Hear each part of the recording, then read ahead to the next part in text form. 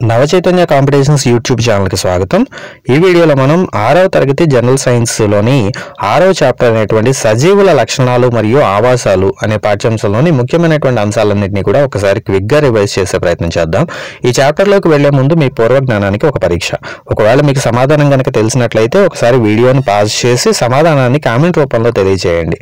ఎడారుల్లో నివసించేటువంటి ఏ జంతువు ఎక్కువ రోజుల పాటు నీరు తాగకుండా బతికగలిగేలాగా అనుకూలనాలను కలిగి ఉన్నది?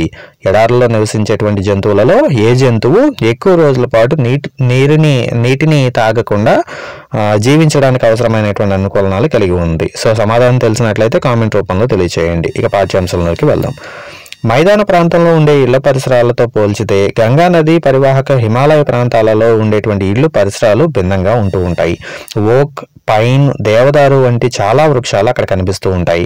రాజస్థాన్ ఎడారి ప్రాంతంలో క్యాక్టస్ మొక్కలు, ఒంటెలు కనిపిస్తూ ఉంటాయి. పూరీ ప్రాంతంలో సముద్ర తీరము అంతా సరుగుడు చెట్లతో నిండి ఉంటుంది. ఆయా ప్రదేశాలను బట్టి అక్కడ వాతావరణ పరిస్థితులు, చల్లదనము, వేడి, ఆర్ద్రత వంటివి అక్కడ కనిపించేటువంటి వృక్ష జంతుజాలాలను నిర్ణయిస్తూ ఉంటాయి. ఎటువంటి భిన్నమైనటువంటి పరిస్థితులు ఉన్నప్పటికీ ఆయా ప్రాంతాలు అనేక రకాల జీవులను, జీవరాశులను కలిగి ఉన్నాయి. చివరికి అగ్నిపర్వతాల ఉపరితలంపై కూడా అనేక రకాలైనటువంటి జీవులకు ఆవాసం కనిపిస్తూ ఉంటుంది. సో జీవులు, వాటి పరిసరాలు. ఎడారులలో ఒంటెలు, పర్వతాలలో మేకలు, జడల బర్రెలు, సముద్ర తీరమైనటువంటి పూరీ ప్రాంతంలో పీతలు, సముద్ర చేపలు మొదలైనటువంటి జీవులు కనిపిస్తూ ఉంటాయి. ఆయా ప్రాంతాలలో కనిపించేటువంటి వృక్షాలు కూడా భిన్నమైనటువంటి రీతులలో కనిపిస్తూ ఉంటాయి. అడవిని పరిశీలించినప్పుడు అక్కడ అనేక మొక్కలు, జంతువులతో పాటు ఎండిన ఆకులు వంటి వృక్ష భాగాలు, ఎముకల వంటి జంతు అవశేషాలు, అనేక రకాలైనటువంటి మృత్తికలు, గులకరాళ్లు మొదలైనటువంటి కనిపిస్తూ ఉంటాయి. మహాసముద్రాల నీటిలో కరిగినటువంటి లవణాలని కలిగి ఉంటూ ఉంటాయి. సో ఆవాసము, అనుకూలనాలు.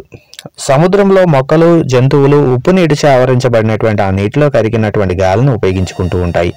ఎడారిలో చాలా తక్కువ నీరు లభించడంతో పాటు పగలు చాలా వేడిగాను, రాత్రి చాలా చల్లగాను ఉంటూ ఉంటుంది. ఎడారి జంతువులు, మొక్కలు ఎడారి నేలల్లో జీవిస్తూ పరిసరాలలోని గాలిని పీల్చుకుంటూ ఉంటాయి. సముద్రము, ఎడారి భిన్నమైనటువంటి పరిసరాలు అయినప్పటికీ ఈ రెండు పరిసరాల యొక్క జంతువులలోనూ, మొక్కలలోనూ కలిగి ఉండడాన్ని మనం గమనించవచ్చు. అయితే ఎడారి జంతువులకు సముద్ర జీవులు పూర్తి భిన్నంగా కనిపిస్తూ ఉంటాయి. ఒంటె యొక్క శరీర నిర్మాణము ఎడారి పరిస్థితుల్లో జీవించడానికి సహాయపడేదిలాగా ఉంటుంది. పొడవైన కాళ్ళు, ఇసుక, వేడి నుండి రక్షించగల శరీరము మొదలైనటువంటి కలిగి ఉంటాయి. ఒంటెలు చాలా కొద్ది మొత్తంలో మూత్ర విసర్జన చేయడంతో పాటుగా పేడ పొడిగా ఉండేలాగా చూసుకుంటూ ఉంటాయి. వాటికి చెమట పట్టదు. అవి తమ శరీరం నుండి చాలా తక్కువ నీటిని కోల్పోవడం ద్వారా నీరు లేకుండా చాలా ఎక్కువ రోజుల పాటు జీవించగలుగుతూ ఉంటుంది. ఇక చేపలను పరిశీలించినట్లయితే విభిన్న రకాలైనటువంటి చేపలను మనం గమనించినప్పటికీ వాటిలో చాలా వరకు సారూప్యత అనేది కనిపిస్తూ ఉంటుంది. చేపలన్నీ ప్రవాహమయ ఆకృతిని కలిగి ఉండి నీటిలో కదలడానికి అనువుగా ఉంటూ ఉంటాయి.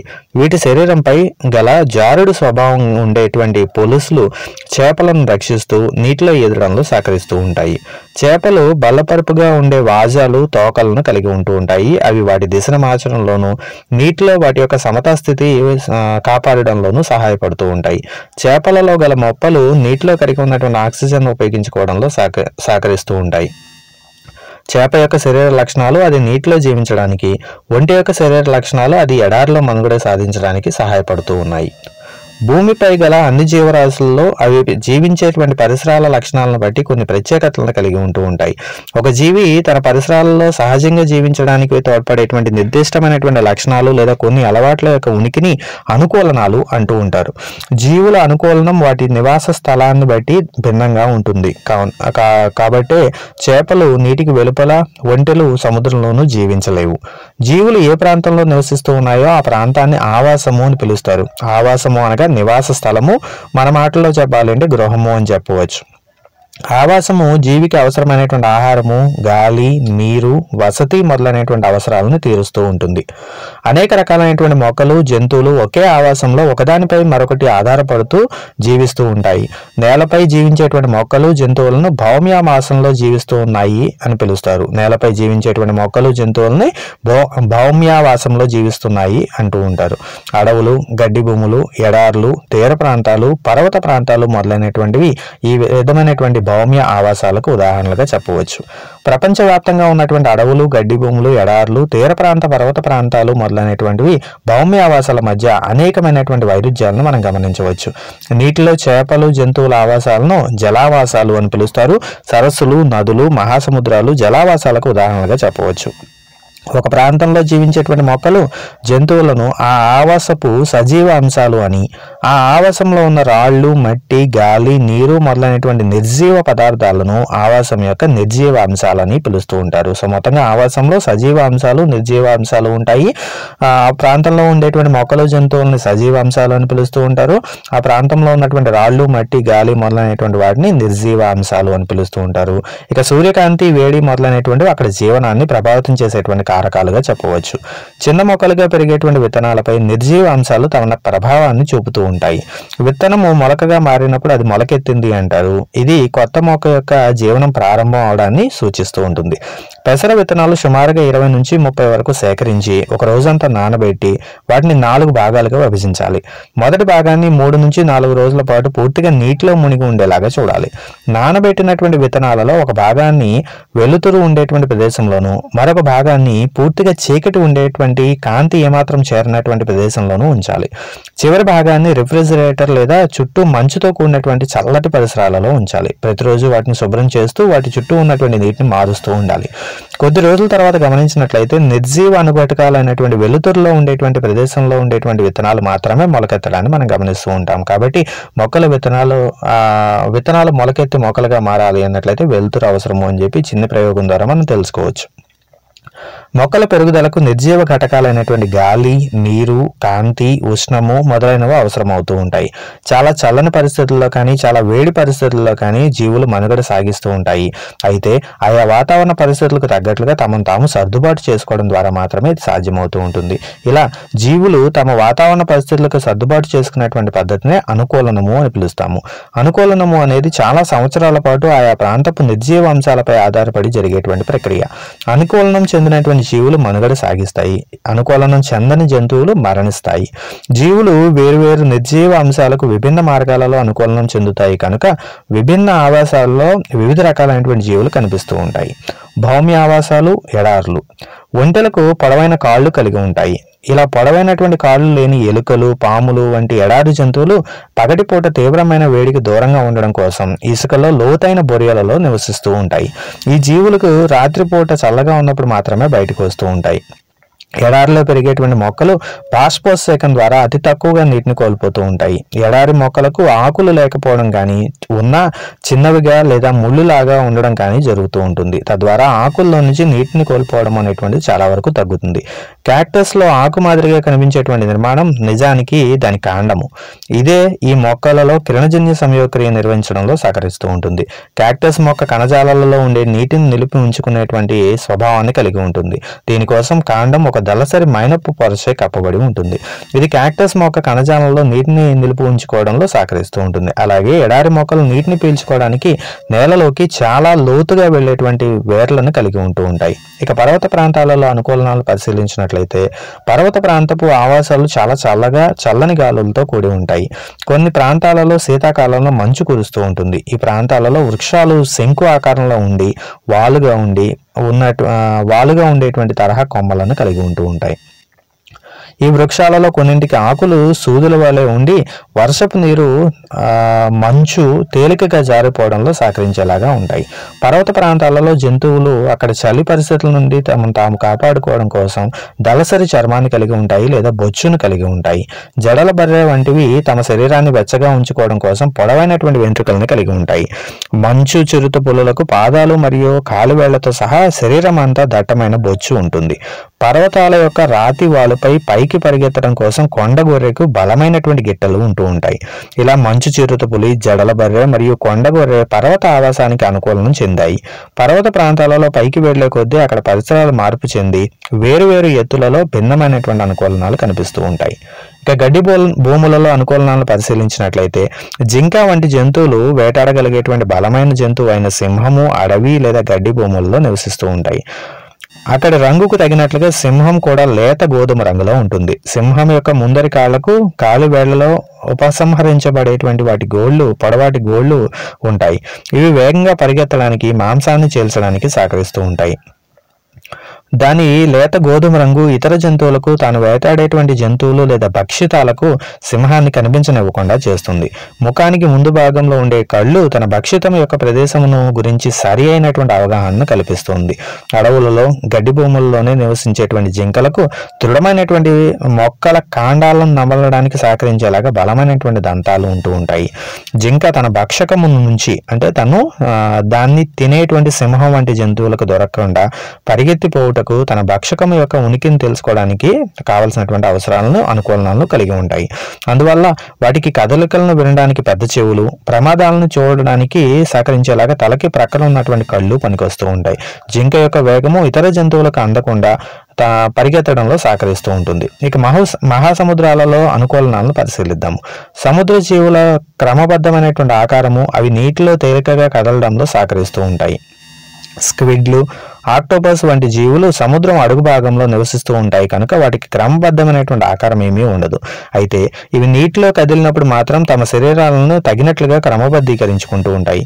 ఈ జంతువుల్లో గల మొప్పలు నీటిలో కరిగి ఉన్నటువంటి ఆక్సిజన్ వినియోగించుకోవడంలో సహకరిస్తూ ఉంటాయి. డాల్ఫిన్లు, తిమింగలాలు మొదలైనటువంటి మొప్పలను కలిగి ఉండవు.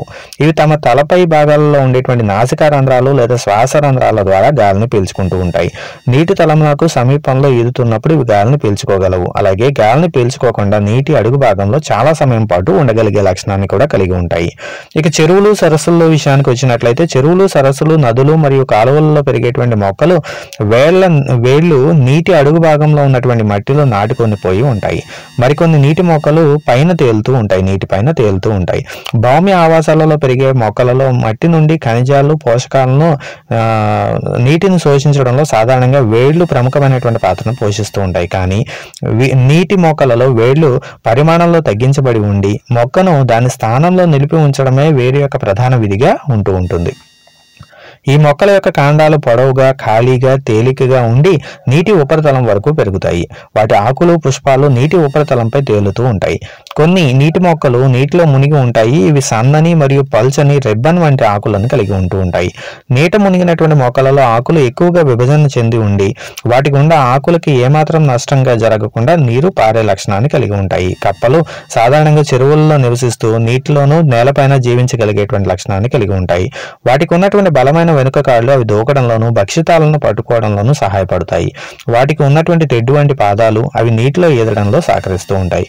జీవుల లక్షణాలు: అడవిలో చెట్లు, తీగలు, చిన్న పెద్ద జంతువులు, పక్షులు, పాములు, కీటకాలు, రాళ్లు, మట్టి, నీరు, గాలి, ఎండిన ఆకులు, చనిపోయినటువంటి జంతువులు, పుట్టగొడుగులు, నాచు మొదలైనటువంటి ఉంటూ ఉంటాయి.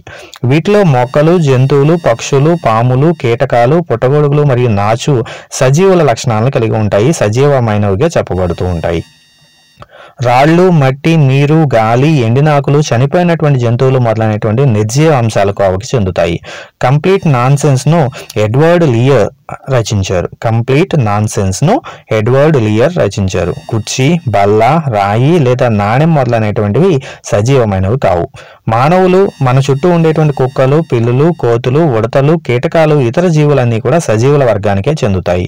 మొక్కలు ఇతర జంతువుల మాదిరిగా చలించలేవు, కానీ వాటిని కూడా సజీవులుగానే చెప్పవచ్చు. కారు, బస్సు లాంటివి ఒక చోట నుంచి మరొక ప్రదేశానికి కదులుతూ ఉన్నప్పటికీ వాటిని నిర్జీవులుగా భావించాల్సి ఉంటుంది. ఇక జీవులకు ఆహారం అవసరమా అనే విషయాన్ని గురించి తెలుసుకుందాం. జీవులకు ఆహారం అనేది అవసరం. మొక్కలు కిరణజన్య సంయోగ క్రియ అనేటువంటి ప్రక్రియ ద్వారా తమంతట తాముగా ఆహారాన్ని తయారు చేసుకుంటూ ఉంటాయి. జంతువులు ఆహారం కోసం మొక్కలపై లేదా ఇతర జంతువులపై ఆధారపడుతూ ఉంటాయి. జీవులు పెరగడానికి, ఇతర జీవక్రియలు నిర్వహించడానికి అవసరమైనటువంటి శక్తిని ఆహారము సమకూరుస్తూ ఉంటుంది. సజీవులలో పెరుగుదల: గుడ్డు నుండి పొడగబడినటువంటి కోడిపిల్ల కోడిపెట్టగా కానీ, కోడిపుంజుగా కానీ పెరుగుతుంది. మొక్కలు, ఇతర జంతువులు అన్ని పరిమాణంలో పెరుగుదలను మనం గమనించవచ్చు. కొన్ని మొక్కలు చిన్నవి, తక్కువ వయసు కలిగినవి, మరికొన్ని మొక్కలు పెద్దవిగా ఉంటూ ఉంటాయి. పెరుగుదల అనేది సజీవుల్లో కనిపించేటువంటి ఒక సామాన్య లక్షణం. నిర్జీవులు పెరుగుదల అనేటువంటి లక్షణాన్ని చూపలేవు. సజీవులు శ్వాసిస్తాయా? మనం గాలిని లోపలికి పీల్చడము బయటికి వదలడం మొదలైన ప్రక్రియను చేస్తూ ఉంటాము. ఇలా గాలిని లోపలికి పీల్చడము బయటికి వదలడాన్ని శ్వాసక్రియ అంటారు. శ్వాసక్రియలో మనం లోపలికి పీల్చుకున్నటువంటి గాలిలో కొంత ఆక్సిజన్ను మన శరీరం వినియోగించుకుంటుంది. ఆ తర్వాత శరీరంలో ఉత్పత్తి అయ్యే కార్బన్ డైఆక్సైడ్ను మిగిలిన గాలితో కలిపి బయటికి విడిచిపెట్టడం జరుగుతుంది. ఈ ఊపిరి పీల్చడం అనేటువంటి ప్రక్రియ మానవులలో వలె ఆవులు, గేదెలు, కుక్కలు లేదా పిల్లులు వంటి జంతువుల్లో కూడా కనిపిస్తూ ఉంటుంది. కనుక శ్వాసక్రియ జీవులన్నిటికీ అత్యావశ్యకము అని చెప్పవచ్చు. శ్వాసక్రియ ద్వారా తీసుకున్న ఆహారం నుంచి శరీరం తనకు కావలసినటువంటి శక్తిని పొందుతూ ఉంటుంది. శ్వాసక్రియ ప్రక్రియలో ఒక భాగమైనటువంటి వాయువుల వినిమయానికి మాత్రం ఒక్కో రకమైనటువంటి యాంత్రిక విధానాన్ని అనుసరిస్తూ ఉంటాయి. వానపాములు చర్మం ద్వారా శ్వాసిస్తాయి. మొక్కలు నీటిలో కరిగినటువంటి ఆక్సిజన్ వినియోగించుకోవడం కోసం మొప్పలను కలిగి ఉంటాయి. మొక్కలలో వాయు వినిమయం ఆకులలో ఉండేటువంటి సూక్ష్మ రంధ్రాల ద్వారా జరుగుతూ ఉంటుంది. అయితే మొక్కలు గాలిలోని ఆక్సిజన్ వినియోగించుకుని కార్బన్ డైఆక్సైడ్ను బయటికి విడిచిపెడుతూ ఉంటాయి. సూర్యకాంతి సమక్షంలో మొక్కలు ఆహారాన్ని ఉత్పత్తి చేయుటకు కార్బన్ డైఆక్సైడ్ను వినియోగించుకుని ఆక్సిజన్ను విడుదల చేస్తూ ఉంటాయి. మరొకసారి ఈ పాయింట్ని మళ్ళీ వివరంగా తెలుసుకునే ప్రయత్నం చేద్దాం. మొక్కలు గాలిలోని ఆక్సిజన్ వినియోగించుకుని కార్బన్ డైఆక్సైడ్ను విడిచిపెడుతూ ఉంటాయి. సూర్యకాంతి సమక్షంలో ఆహారాన్ని తయారు చేయడం కోసం రివర్స్ ప్రాసెస్ అయినటువంటి కార్బన్ డైఆక్సైడ్ను వినియోగించుకుని ఆక్సిజన్ని విడిచిపెడుతూ ఉంటాయి. మొక్కలు తాము ఆహారాన్ని తయారు చేసుకునేటువంటి ప్రక్రియలో విడుదల చేసే ఆక్సిజన్ తాము శ్వాసక్రియలో వినియోగించుకునేటువంటి ఆక్సిజన్ కన్నా చాలా ఎక్కువ పరిమాణంలో ఉంటుంది. మొక్కలలో శ్వాసక్రియ రాత్రింబవళ్లు జరుగుతూ ఉంటుంది. జీవులలో స్పందన. ముళ్ళు వంటి పదునైన వస్తువులపై అడుగు వేసినప్పుడు వెంటనే ప్రతిస్పందించడం జరుగుతుంది. ఇష్టమైన ఆహారం కనిపించినప్పుడు నోట్లో లాలాజలం ఊరడము ఒక రకమైనటువంటి ప్రతిస్పందన ప్రక్రియ. హఠాత్తుగా సూర్యకాంతిలోకి వెళ్ళినప్పుడు కళ్ళు సర్దుబాటు చేసుకోవడం కూడా ఒక ప్రతిస్పందనే. ఇలా పరిసరాలలో జరిగేటువంటి చర్యలకు మనం స్పందించడం జరుగుతుంది. మనల్ని ప్రతిస్పందింపచేసి మన శరీరంలో వచ్చేటువంటి మార్పులను ప్రచోదనాలను అంటారు. ఇతర జంతువులలో కూడా ప్రచోదనాలకు స్పందిస్తూ ఉంటాయి. ఆహారాన్ని చూడగానే హుషారుగా మారడము, పక్షులు కొన్ని జంతువుల దగ్గరికి వెళ్తే అవి పారిపోవడము, కాంతి తమపై ప్రసరించినప్పుడు అడవి జంతువులు పారిపోవడము, వంటగదిలో లైట్లు వేసినప్పుడు బొద్దింకలు తమను తాము దాక్కునేటువంటి ప్రదేశాలకు వెళ్ళిపోవడం మొదలైనటువంటి జంతువుల్లో కనిపించేటువంటి ప్రతిస్పందనాలుగా చెప్పవచ్చు. మొక్కలు కూడా ప్రచోదనాలకు స్పందిస్తూ ఉంటాయి. కొన్ని మొక్కల యొక్క పుష్పాలు రాత్రి సమయంలో మాత్రమే వికసిస్తూ ఉంటాయి. కొన్ని మొక్కలు సూర్యాస్తమయం తర్వాత మూసుకొని పోతూ ఉంటాయి. టచ్ మీ నాట్ అనేటువంటి అత్తిపత్తి మొక్క లేదా మైమోసా మొక్క యొక్క ఆకులను ఎవరైనా ముట్టుకున్నట్లయితే వెంటనే అది ముడుచుకుపోవడం జరుగుతుంది. గదిలో కాంతి తగిలే ప్రదేశానికి కొంచెం దూరంగా పెంచినటువంటి మొక్క కాంతి వైపుకు కొంచెం వంగి పెరగడం ప్రారంభిస్తూ ఉంటుంది. చాలా మొక్కలు ఈ కాంతిని అందుకునేటువంటి ప్రయత్నంలో భాగంగానే నిలువుగా కాకుండా వంపులు తిరిగి పెరగడం జరుగుతూ ఉంటుంది. ఇక సజీవుల్లో విసర్జన అనే ప్రక్రియను గురించి తెలుసుకునే ప్రయత్నం చేద్దాం. సో జీవులన్నీ ఆహారాన్ని తీసుకుంటాయి. అయితే తీసుకున్న ఆహారంలో కొంత భాగం మాత్రమే శరీరానికి ఉపయోగపడుతూ ఉంటుంది. శరీరంలో వినియోగించబడినటువంటి ఆహారము, ఇతర వ్యర్థాలు శరీరం నుంచి విసర్జన అనే ప్రక్రియ ద్వారా బయటికి తొలగించబడతాయి. జీర్ణం కాని ఆహారము, ఇతర జీవ ప్రక్రియల్లో ఉత్పత్తి అయినటువంటి వ్యర్థాలు జీవుల శరీరం నుంచి తొలగించేటువంటి ప్రక్రియనే విసర్జన అని పిలుస్తాము. మొక్కలలో కూడా విసర్జన ప్రక్రియ ఉంటుంది, కానీ కొంచెం భిన్నంగా ఉంటుంది. కొన్ని మొక్కలు తమకు నష్టం కలగకుండా తమ శరీర భాగాల్లోనే తమ వ్యర్థ ఉత్పత్తులను నిల్వ చేసుకునేటువంటి ఏర్పాటును కలిగి ఉంటాయి. మరికొన్ని మొక్కలు తమ వ్యర్థ ఉత్పత్తులను స్రావాల రూపంలో తొలగించుకుంటూ ఉంటాయి. విసర్జన జీవులన్నింటిలోనూ కల్పించేటువంటి ఒక సామాన్యమైనటువంటి లక్షణము. జీవులు తమలాంటి జీవులను ఉత్పత్తి చేయడానికి లక్షణాన్ని కూడా కలిగి ఉంటూ ఉంటాయి. సో దీని గురించి వివరంగా తెలుసుకునే ప్రయత్నం చేద్దాం. సో చాలా వరకు పక్షులు గుడ్లను పెడుతూ ఉంటాయి. ఈ గుడ్లు పొదగబడి పక్షి పిల్లలు బయటికి వస్తూ ఉంటాయి. జంతువులు తమలాంటి వాటికి ఉత్పత్తి చేసే లక్షణాన్ని కలిగి ఉంటాయి. విభిన్న జంతువులు వేరు రకాలుగా ప్రత్యుత్పత్తి జరుపుకుంటాయి. కొన్ని జంతువులు గుడ్ల ద్వారా పిల్లలను ఉత్పత్తి చేస్తాయి. మరికొన్ని జంతువులు నేరుగా పిల్లలను కంటాయి. మొక్కలు కూడా ప్రత్యుత్పత్తి జరుపుతాయి. వీటిలో కూడా భిన్నమైనటువంటి ప్రత్యుత్పత్తి పద్ధతులను కనిపిస్తూ ఉంటాయి. సో చాలా మొక్కలు విత్తనాల ద్వారా పునరుత్పత్తిని చేస్తూ ఉంటాయి. మొక్కలు ఉత్పత్తి చేసినటువంటి విత్తనాలు తగిన పరిస్థితుల్లో కొత్త మొక్కలుగా పెరగగలవు. కొన్ని మొక్కలు విత్తనాల ద్వారా కాకుండా ఇతర భాగాల ద్వారా కూడా ప్రత్యుత్పత్తిని జరపగలవు. మొక్కతో కూడినటువంటి బంగాళదుంపలోని ఒక భాగము కొత్త మొక్కగా మారగలదు. మొక్కలు ఛేదనాల ద్వారా కూడా పునరుత్పత్తిని చెందుతాయి. గులాబీ లేదా గోరింటాకు మొదలైనటువంటి మొక్క యొక్క ఒక ఛేదనమును నేలలో పాతి కొత్త మొక్కను పొందవచ్చు. ఛేదనము అంటే కత్తిరించినటువంటి భాగం.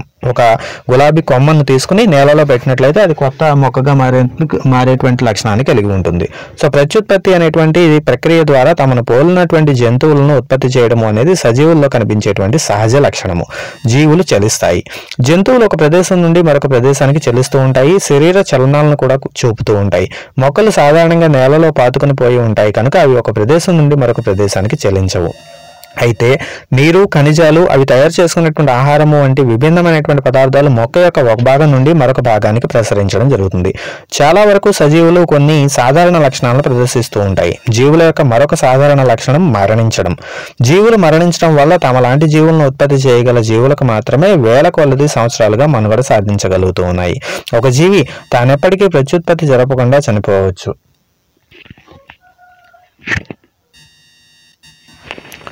ఒక జీవి తాను ఎప్పటికీ ప్రత్యుత్పత్తి జరపకుండా చనిపోవచ్చు, కానీ దానిలోని ప్రత్యుత్పత్తి ఉంటే ఆ రకమైనటువంటి జీవి మాత్రం మనుగడ సాధించగలదు. జీవుల యొక్క ఉమ్మడి లక్షణాలు. జీవులన్నిటికీ ఆహారం కావాలి. జీవులన్నీ శ్వాసక్రియను జరుపుతాయి. జీవులన్నీ ప్రచోదనాలకు ప్రతిస్పందిస్తాయి. జీవులు ప్రత్యుత్పత్తిని జరుపుతాయి, కదలికలను చూపుతాయి, పెరుగుతాయి మరియు మరణిస్తూ ఉంటాయి.